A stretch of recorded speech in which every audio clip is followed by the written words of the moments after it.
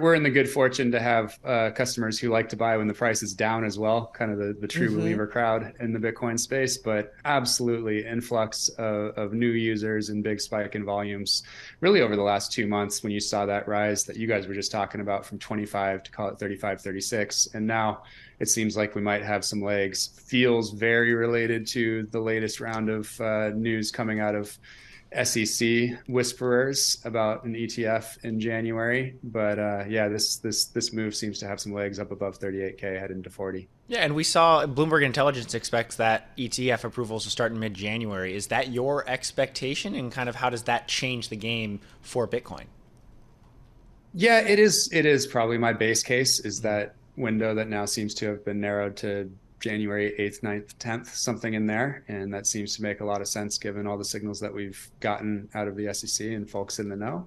And I think it changes quite a bit for Bitcoin. And primarily the story that I'm looking at is for the past 6 years, from 2017 through 2023, the top of funnel for people looking to get into Bitcoin has been extremely noisy, polluted by all of the crypto marketing schemes funded by $50 billion of venture capital trying to essentially market and dump crypto tokens.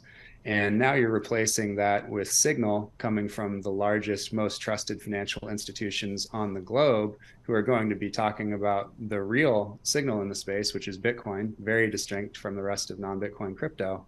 And that is now the top of funnel for Bitcoin. And it's a decent product. It's an IOU into an ETF, and it's kind of, it is paper Bitcoin, but it is backed. They have to buy the Bitcoin. It's not futures based.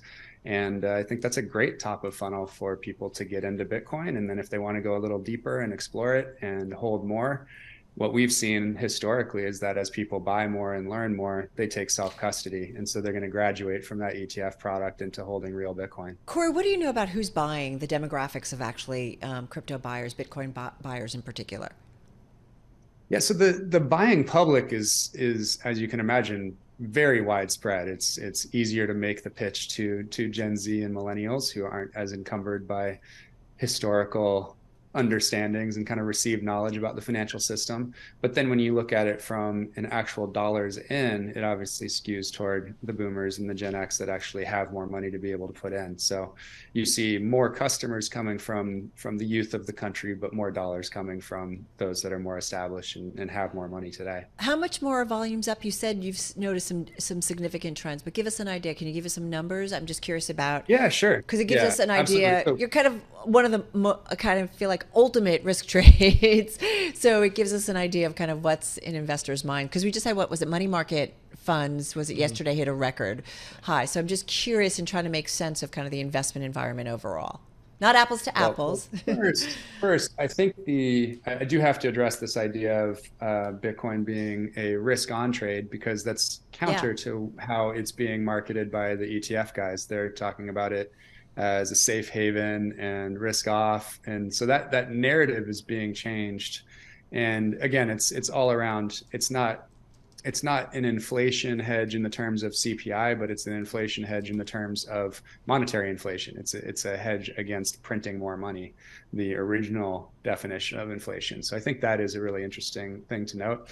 As far as volumes, up about 100%, I would say, in the last couple of months. If you kind of just looked at, September versus November, which we're closing right now, it was probably up about 2x November over September.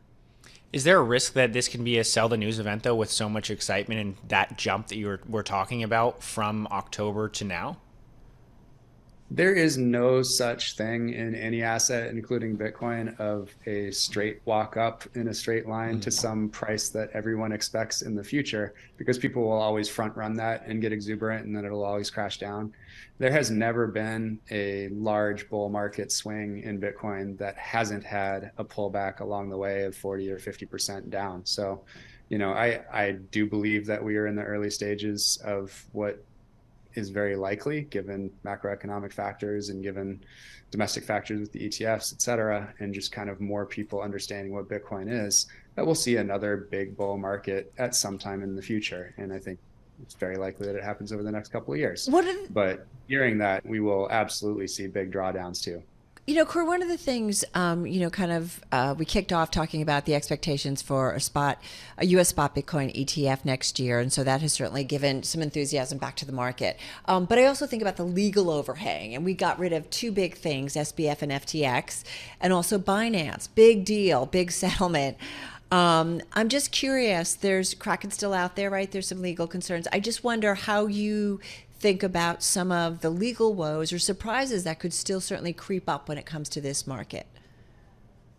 Yeah, it seems that Bitcoin stands apart from everything that's been going on in the crypto space, right? Every single non-Bitcoin crypto runs the risk of being targeted as a security by the SEC in the United States, and any crypto platform that isn't playing by the rules, let's say, as they exist on the books, runs the risk of running afoul of AML KYC violations, money laundering, essentially, if they've been too loose with their customer onboarding and monitoring, then it's very likely that they, whether purposefully or accidentally, have facilitated bad people doing bad things on their platform, as the DOJ has made very clear with respect to Binance.